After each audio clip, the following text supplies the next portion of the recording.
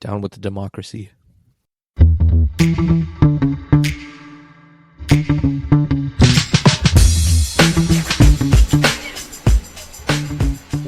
Welcome to the Winning Hand Podcast, the podcast all about Marvel Champions, one card at a time. I am your host, Boom Guy, and as always, I am joined by my two faithful companions, Keiko. Hello.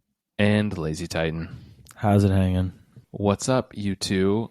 So today we are continuing our deep dive of Love Month, where we focus on a single team-up card every episode. Today's episode, if you clicked on the podcast, you already know it is Young Love, the team-up card between Spider-Man Miles Morales and Spider-Gwen, Gwen Stacy, or Ghost Spider, as she's known in the game. So far we've been enjoying the discussion on Love Month. What do you guys think? How's it going the first couple episodes we did? Did you guys enjoy those? I liked them so far. I think team-up cards are cards that we don't get to talk about enough because they don't often really get played because they're sort of difficult to pull off. So I think maybe diving a little deeper into them is a good thing to do. And I like how we kind of steered away from our typical format of a hero of the day in favor of kind of discussing those team-up cards specifically, kind of in theme with Love Month. I do enjoy it. Yeah. No, it's a different thing, and maybe we'll try more of these in the future if Love Month is received well. But what do you guys think, audience? Are you enjoying this weekly episodic format where we dive into one theme or one topic? What do you think? Let us know. winninghandpodcast@gmail.com. Leave a comment on the YouTube. I don't care what you guys think. Get in touch. Let us know. I care. Boom Guy cares. Keiko is a jerk and doesn't care. Down with the democracy. I wanted to talk a little bit about the other team-up cards. So far, every single team-up card that we've seen is a basic event that is gray, so it's non-aspect. Do you guys think we could see them expanding beyond basic events at some point? Could we see these cards become more than what they are right now? I think we should. I think right now they're getting a little stale because they're just every time it's just an event that costs 1 to 3 and then it does something kind of generic if you have both heroes. But I think it could be cool if they were like supports or upgrades, or aspect cards is fun, like making them like protection cards for defensive abilities if you have 2 heroes that works for, or just making them an upgrade that you can use maybe with charges on it or something, or like a weapon you can have, just something a little different to spice it up. Or even if it's not, even if we could just do events, make them more like reactionary. Like there's one, was it Quicksilver and Scarlet Witches is a response, but I think that's the only one. So I think more of those would be fun, more like ones you have to use at different times. Maybe a minion even, or like an ally. Just throw that out there, and that could be a 2-cost ally that's only if you have these 2 characters. It's not a terrible idea. Like if in the comics or in the lore 2 characters have a baby, it could be like Wanda and Vision. I love where your head's at. Anytime we mention Vision, I'm here for it. Yeah, so it could be, one of their kids, or I don't know, it's just like a general idea though, right? Same idea. I like that. I like expanding them past what they are. I think more variability in card design is always good. How about aspect-wise? Like, could we see these cards in aspects? What about, could we see them in signature cards even? What do you guys think? I think I agree. I'd like to see them more, and they should be more spread out into the different aspects. I don't think we ever will see them that way. But we talked about it before, how the abilities on those cards are kind of generic, and breaking them down into different aspects could make them more specific to what those abilities do, and even tying them into said pair-ups. Yeah. We talked a lot about how to improve them, what we would change, and it might seem like a lot of work to break them down into different aspects, but if we're already talking theoretics anyway, then that would be something I'd like to see, is how each aspect can kind of break down the pair-ups abilities depending on, the aspect that they belong to. I think team-up cards and aspects could be interesting. I understand why they're basic, right? Because it just is more limiting in terms of deck building if they're not.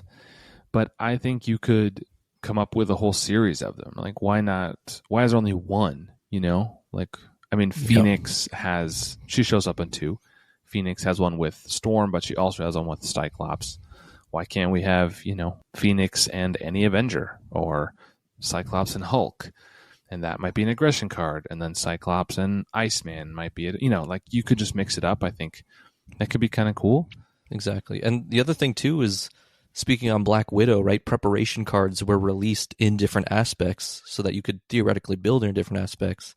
I think Psylocke came with different aspect cards. Yeah, I haven't played her yet, but from what I can remember opening her hero pack, she had different aspect cards to build her with a psionic trait as well. She did. I don't remember what those were, but she definitely did. I can't remember either, yeah. I think that works as like a way to design them. I don't know if I want to see that happen because I feel like that makes them too specific. When they're already so specific, they don't even get played as basic events. You'd have to maybe make it like X hero and anyone, or an Avenger and a Guardian, or something like a more generic combo that can be pulled off more reasonably, rather than like Ant-Man and Wasp in aggression, because then that would be kind of pigeonholing your deck into a certain spot. But maybe that's what you want. If you want to team up, you gotta do something specific. But it could be in addition with the basic cards that exist too. Like you're just building the card pool even bigger. It's just giving you more options, and maybe breaking them down into different aspects. You could kind of tailor make those abilities rather than having a generic ability with being limited to basic. I don't know. That's just kind of something that's rambling through my head. I agree. I think if you make them into aspect cards, I haven't put a ton of time into this, and I'm not a game designer, but I feel like you could do more variety of things. So instead of, I don't know, heal 2 and ready or whatever, they're kind of generic now, as we've discussed. I think if you made them aspect, there might be a different aspect card for each team up, right? So Ant-Man and Wasp might have one in leadership, and the leadership one fetches out an attachment for an ally, or readies an ally, or does something like that. Whereas the aggression Ant-Man and Wasp might deal damage, and so like you could really tailor them to do something that has to do with their aspect. That could be kind of fun. You could have a whole series, but I really think more than anything, what I would like to see is the alliance keyword and the team up cards kind of come together more. I really feel like that's a natural fit. And so then you could make it more, it could be team-based, it could be individual heroes, it could be all kinds of different stuff. But, paying for it with different resource pools is a good idea, I think. And it would give more opportunity to have more team-up cards in your deck, because that was something else we discussed, was trying to wait for that one team-up card in your entire deck based on all the criteria that you have checked off. It's kind of hard to come across. So having multiple, I don't know, might work out. I think you still have to limit them. Like, you can only have so many in your deck just because they might be really powerful.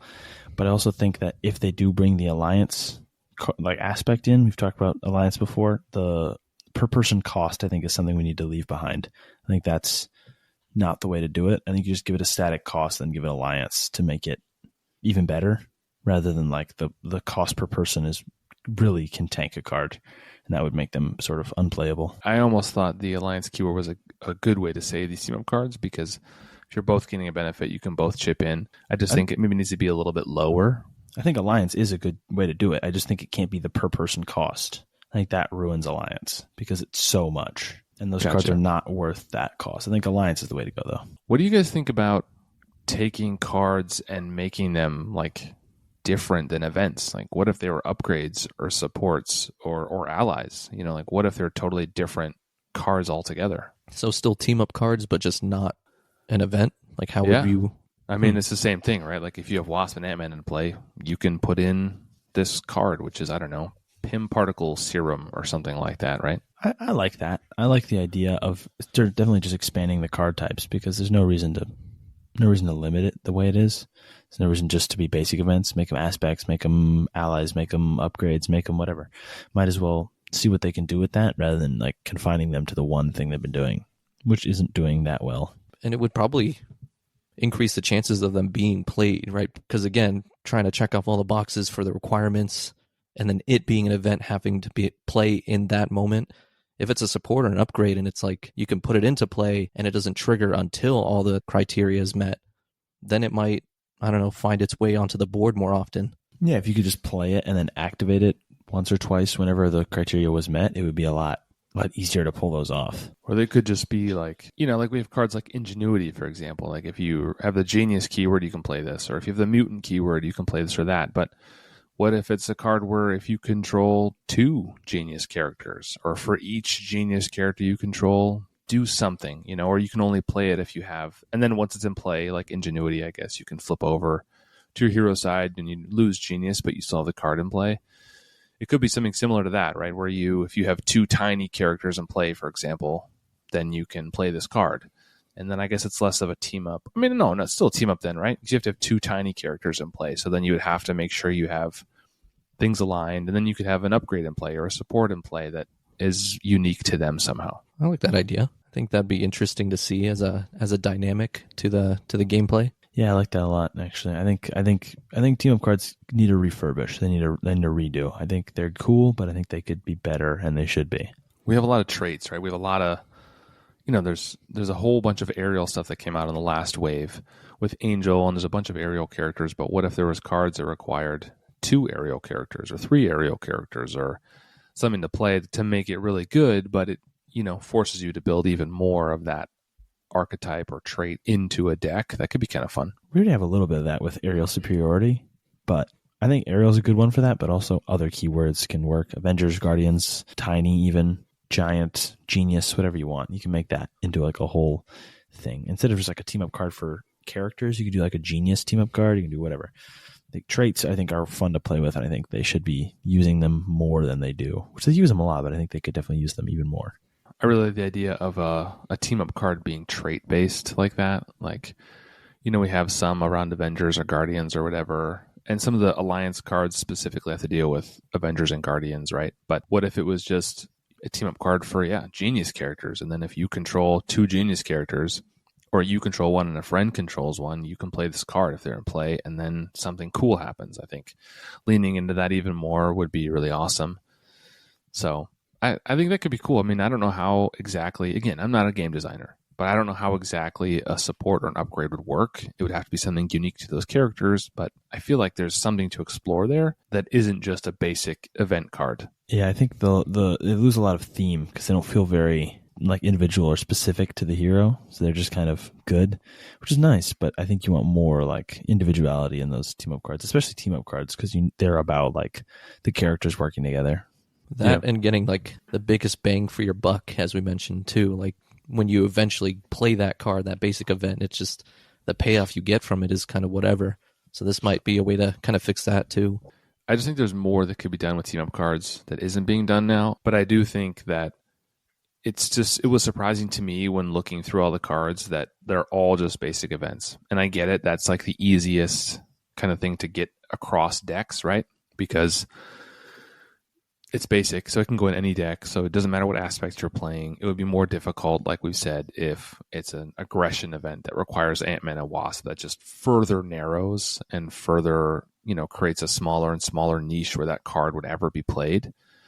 But I think we've created a pretty small arena where these cards would be played anyway, so why not try something different? Instead of these heroes coming with a single card of these basic events, what if they came with 4 cards and there was one in each aspect, or I don't know, an upgrade and an event or something like that, just to play with stuff a little bit.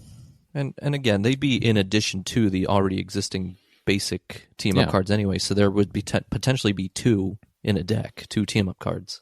And I like the idea, for example, of like Stinger, or if they ever bring in like Stature, these like ant characters to follow on after we talked about swarm tactics a couple episodes ago. What if Stinger was cheaper if you had 2 ant characters in play? Or what if Stinger could only be played if you had 2 giant characters or something like that? I'm not saying we redesign characters that already exist and cards that already exist in the game, but I think stuff like that where it's an ally that can only put in play. Maybe it's, I don't know, Hank Pym, some version of him that can only be played if you have those 2 in play. More variety in card design is always better. I think that's always the way to go. And I think if that means switch up the team of cards, I think that's definitely the way they should be leaning, at least. And there can always be more additions to the card pool, to the game, right? Like everything we're saying wouldn't get rid of cards that already exist. We're just adding more to it, which just provides more opportunity. And exactly. Yeah, you can just do more. I mean, the cards that exist already exist. So in the future, you can just try something different.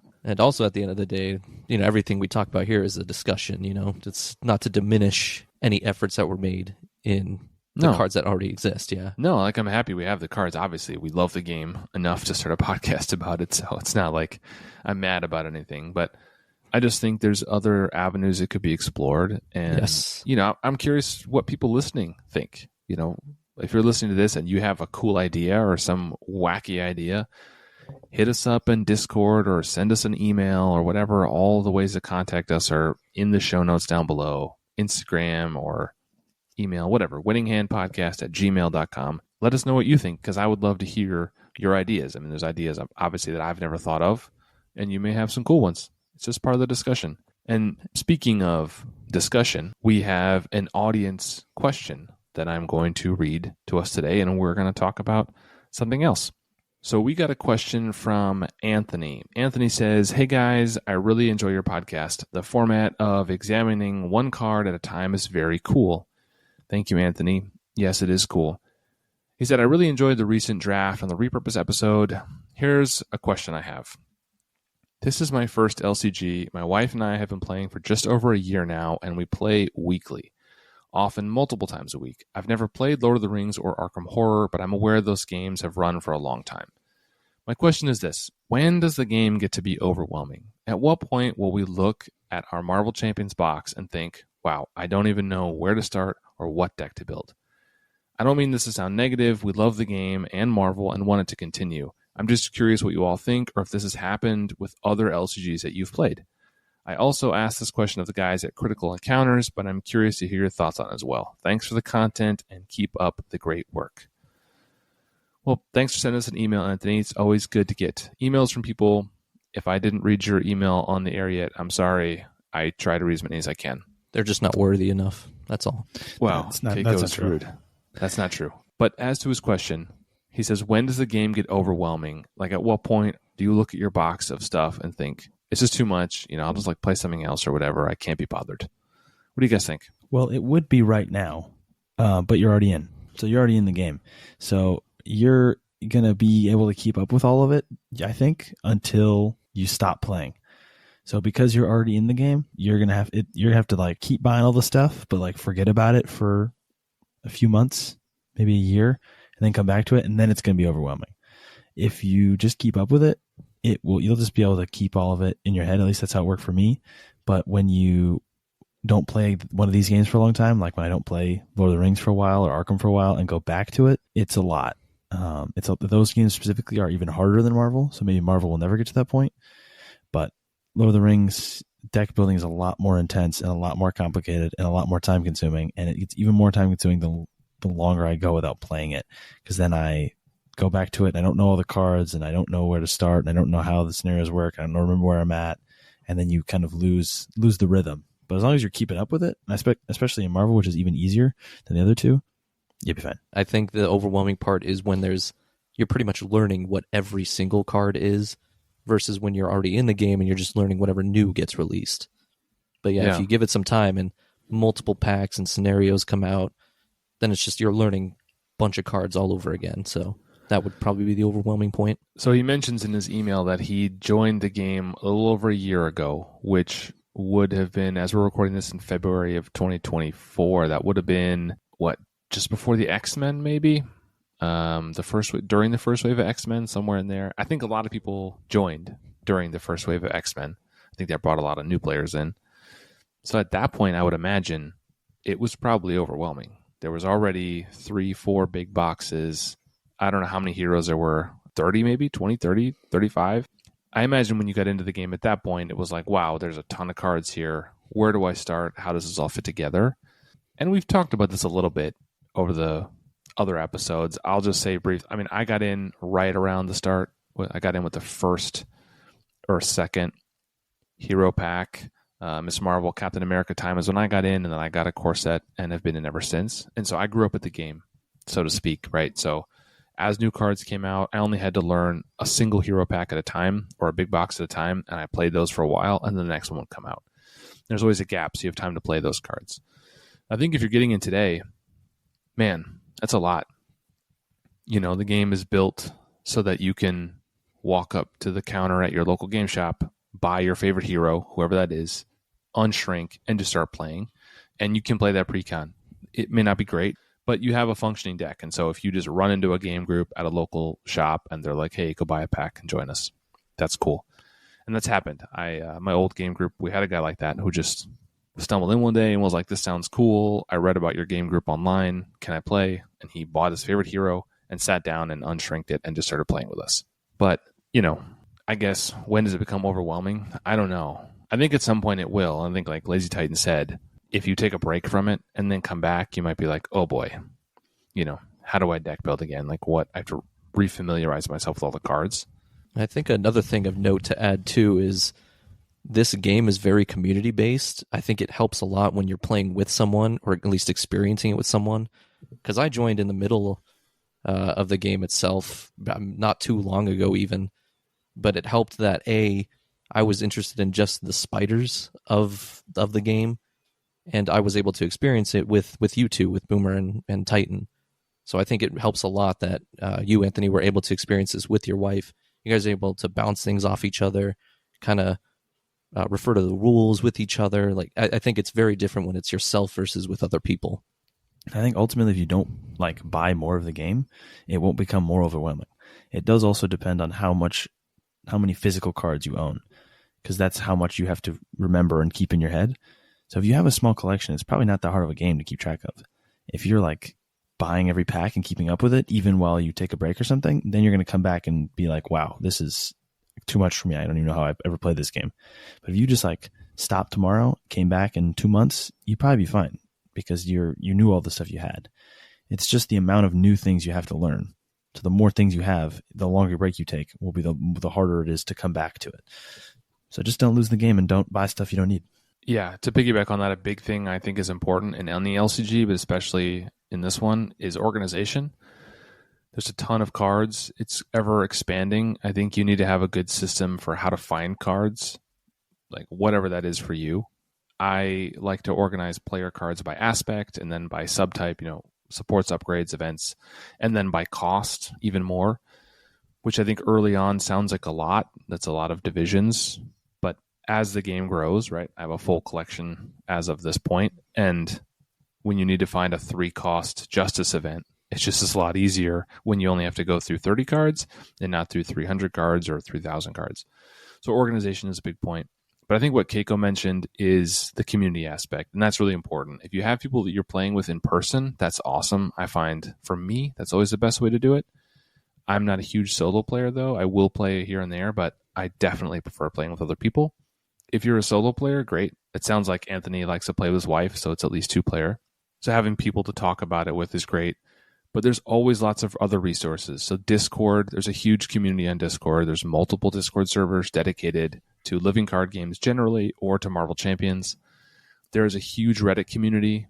The Marvel Champions LCG subreddit is big. People post questions there all the time. And I try to answer when I can. Other people answer all the time as well. It might be rules questions. It might be advice on things, or if they played something correctly or if they made a mistake, whatever. People just want to share their enjoyment with the game. And then lastly, I'll just say, it can get overwhelming if you don't know what to buy or what to do. One of the great things about the LCG model from Fantasy Flight is that literally every hero pack has a QR code on the back, and you can use that QR code to see exactly what cards are in that pack. So if you're not sure if you should buy Wasp or Star-Lord or whoever, Colossus. Now, bad example, Colossus is in a big box. But you know what I mean? If you're any hero pack that you want to buy, you can click on that with your phone, look at the QR code. It'll show you every card that's in there. So you might think some of those other player cards are ones you really want or ones you really don't want. But there's no guessing. There's no buying singles or booster packs. So that's really great too. And even Marvel CDB is a good resource for deck building specifically. So there's a lot of avenues for every aspect of what you want to look into. And there's lots of great podcasts, or there's at least one. Well, he mentioned another one. He mentioned Critical Encounters. They're awesome, so big shout out to them. I also should give a shout out to some of the other ones. If you're listening to this podcast, you must enjoy audio podcasts. So I know Nelson and Villain Theory have one called Shadow of the Cast. Anthony mentioned Critical Encounters podcast. They're really great. There's another one called Marvel Champions. They're a little more recent. It's 2 brothers that talk about Marvel Champions. They're awesome. Go check them out. And then Marvel Champions Monthly was the big one early on. I think they're probably still the biggest. And they're the ones who run the Con of Heroes every year. So there's a big community out there for this game, and it seems to be growing. Like the YouTube community and the podcasting community seems to be expanding, which is, I think, good news for the game. Yeah, it should keep going as long as people are there to play it. So seeing it grow is a good sign for us. Yeah, seeing more content creators, I think, means there's more people playing it, and then it expands their reach. So that's a good sign. All right, so let's focus on the mission of our podcast, which is to talk about one card. And we've gone this far in without mentioning much about this card. So let's transition to Young Love, our card of the day. Before we start, we will read the card, and then we'll kind of go through the quick categories that we like to talk about: art, theme, power, and fun. Keiko, you are the resident, self-confessed, self-declared spiders freak. Can you please read the card for us today? Yes, I can. So we got here Young Love. It is a 1-cost basic event, and there is no traits to it. It is a team-up card, Gwen Stacy, Miles Morales, max 1 per deck. It is an alter ego action, which is to heal 3 damage each from Gwen Stacy and Miles Morales, and the card itself is a wild resource. As always, we talk about the art. The art in this panel is from a comic. It is from Spider-Man Volume 2, number 12. It was the cover in 2017. And this card came in the Sinister Motives expansion box. It came with 2 copies, so 1 for essentially each of the heroes that came in that box. So that's the only copies that exist of it so far. Fun fact, I own that comic. That is a very fun fact. You own this comic, Lazy Titan? I do own that comic. And that's where I'm just now realizing that as we find out that that's where that's from, I'm just now realizing that's where I recognize that art from. I own and have read that comic. Just hit me now. Are you a big comic reader? Not a huge comic reader. I own like 3, but that's one of them. So it's a good one. If you want to go find that comic, I would recommend it. It's a good one. But so that's a fun fact. You're saying you own 3 comics in your entire collection, and this happens to be one of them? Yes, that is correct. I can't think of any others that match Marvel Champions card art, but there might be some. Well, that is an anecdote. Thank you. Let's transition to talk about the art. And why don't you go first, Lazy Titan, since you're the guy who seems to be more familiar with this art than we are and has seen it in probably a larger format than I am seeing it now. So tell us about the art. That is true. It was a lot bigger than a standard size playing card when I bought the comic book. I don't hate it. It's just, the art is basically just Miles and Gwen upside down, spider masks on, smooching it out. That's what we're looking at here. It's upside down, which is like the whole spider thing, but the mask, I don't know if I love the mask thing. I think it's drawn well, but just the half mask is a little weird. Not gonna lie. Yeah, it's a little strange. Their masks are like rolled up to their noses, so their identities, I guess, are not given away, and their eyes are still the Spider-Man mask eyes, but they're not fully unmasked as they smooch, as you so eloquently put it. Yeah, but and the background is like a nice pink. It's a cool art, definitely.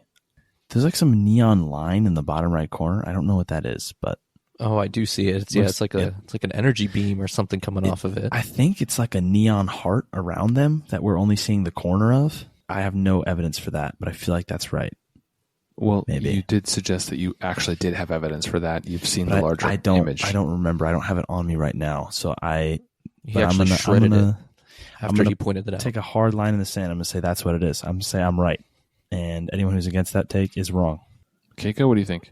I was also going to point out I like the fact that they're both upside down, right? Very, very Spider-Person kiss, as you could put it.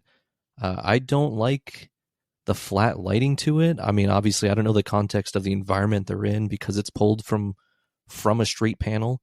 But compared to Beauty and the Thief, that had so much lighting and mood and tone to it, this is just kind of a flat photo almost.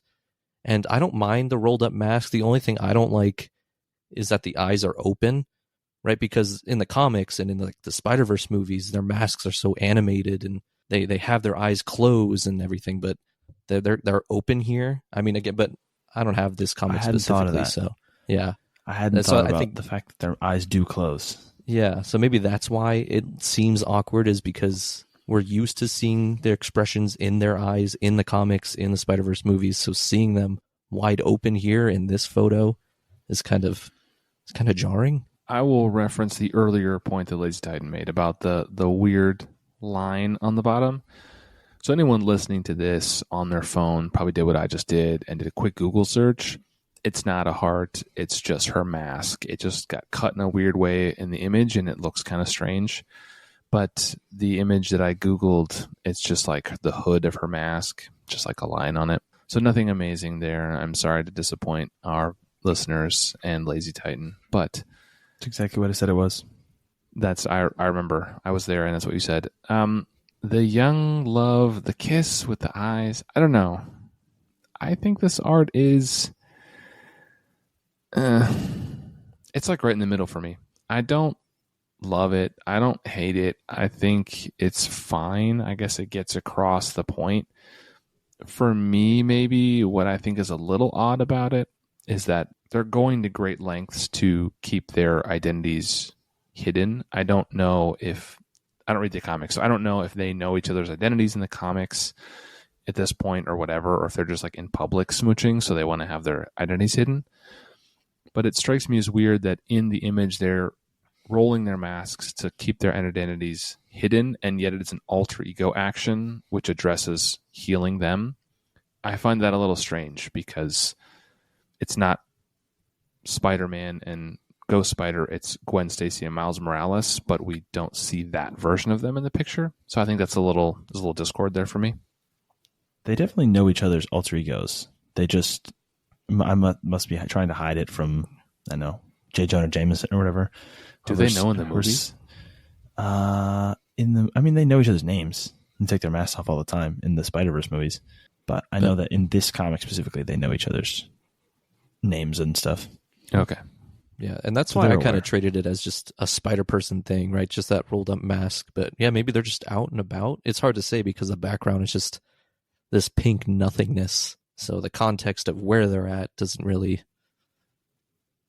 come across. Yeah, the pink void is clearly just like a stylistic choice. It's not, they're obviously not in an actual pink void, but I don't know if I like it. I kind of wish it was just like this, like, I don't know, like New York City behind them or something. I feel like it should have been like an upside down New York or something. Yeah, like just like New York skyline. Yeah, something just a little more Spider-Man into it. But it's fine. Like Boom Guy said, it's all right. It's not the best. It's not terrible. It gets the point across. Does this feel thematic?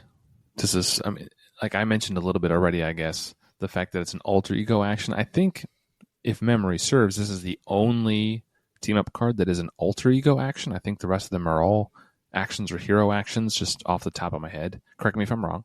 I believe you're right. Does it feel thematic that for one cost you just heal 3 from each? I don't know. I mean, it does not feel very thematic, but it definitely helps both those heroes. They both have lower hit point totals and can use that extra healing to ready up faster. I don't know if I'd call it thematic. It's just healing. Like, it's not anything special that they do individually or as a team. It just feels like something that is generically good. But again, Miles has 9 hit points, so that extra healing can be really nice. I think it's kind of hard to say because one of like the core traits to a spider person is that willpower, like that indomitable willpower, the whole thing of getting knocked down but then getting back up despite the odds. So maybe that's what they're trying to get. It's a bit of a stretch, right? That's just kind of a core Spider-Man trait that I'm trying to correlate with this. But yeah, it is kind of a disconnect with what theme they're trying to hit. But that's what I'm trying to connect with this is you're healing damage because you're getting up, right? They have each other. That's young love. It's expressed there. They kind of give each other that strength. Despite the odds, they get back up a little stronger than they were before.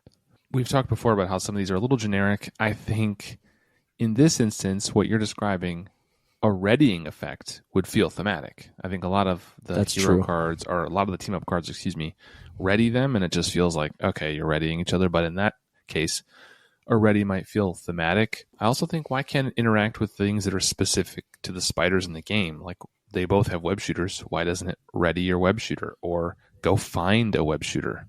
they do not both have web shooters. She has web bracelets. They are different, but it could do something. I think it could do something with George Stacy. They both have like alter ego, so it could find like George Stacy, and Jefferson Davis is terrible, but it could find him, something like that, or it could find their alter ego supports, or find Genki or something. Yeah, or something with Spidey sense, something that could really connect them. And I didn't notice the alter ego action either until I was reading this card. That is a strange choice to limit even further. I definitely think that the alter ego thing is an odd choice. And yes, though they do not both have web shooters. You know what I'm saying. They have whatever they're called, wrist gauntlets or web, whatever they're called. They could seek them out. They could, seeking out a support, I guess, is helpful, right? But I feel like a lot of people have that.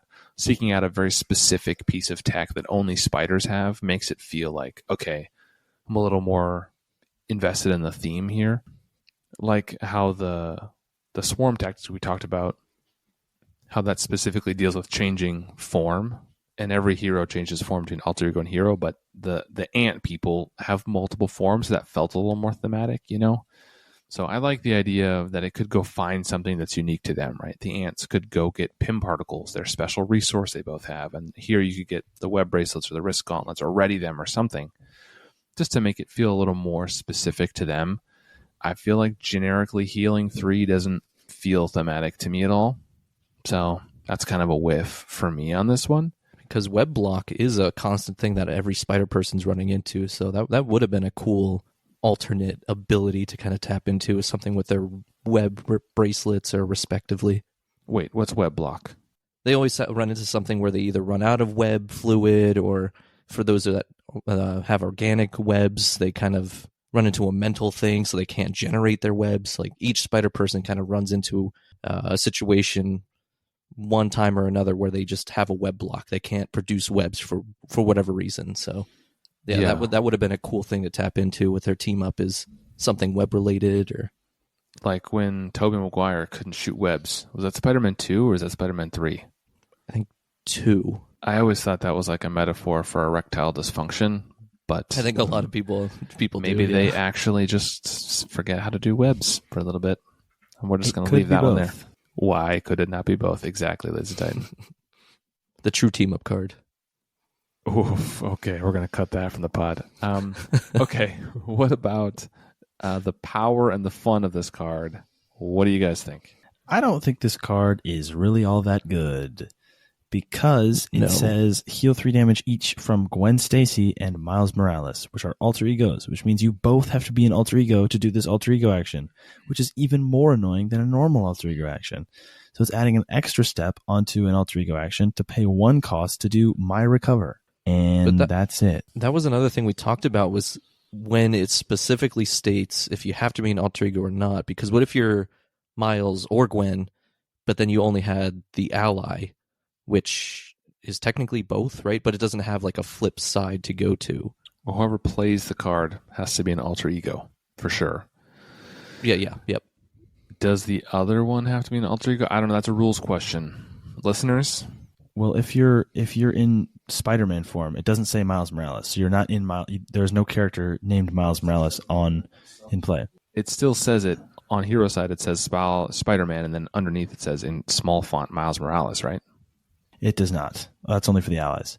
So for the allies, it doesn't matter because you can use either one. But for the heroes, you have to be both in alter ego form to make this work, which heals you for 6 total damage, but it's ultimately very difficult to pull off and hard to make work.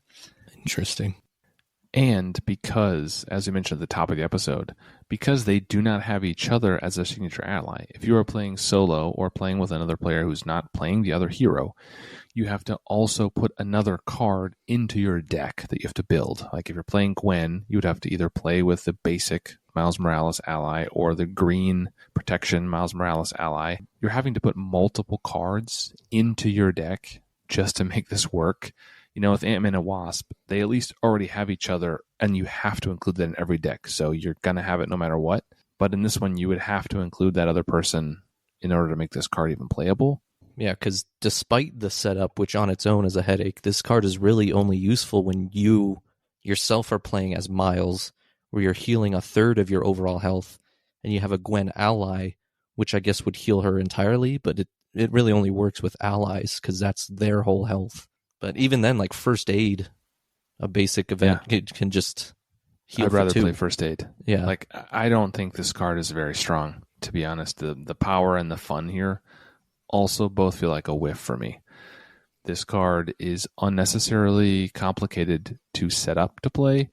The payoff is not amazing. And I think the power and fun misses for me. What do you guys think? And the fact that the card itself is a wild resource like that doesn't help wanting to play it at all. You'd rather just spend that as a resource that works for anything. Amen, brother.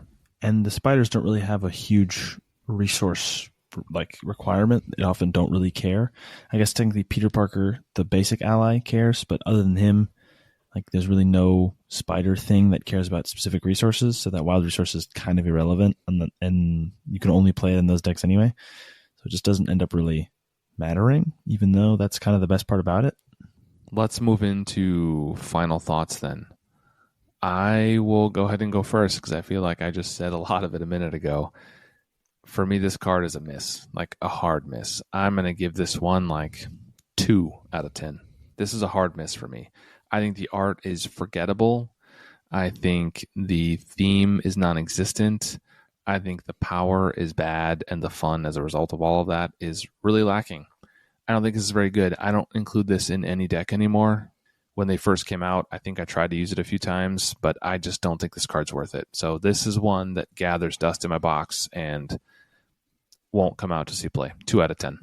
I agree. I think this card is pretty weak, and I think a huge part of that, maybe all of it, is because it says alter ego action.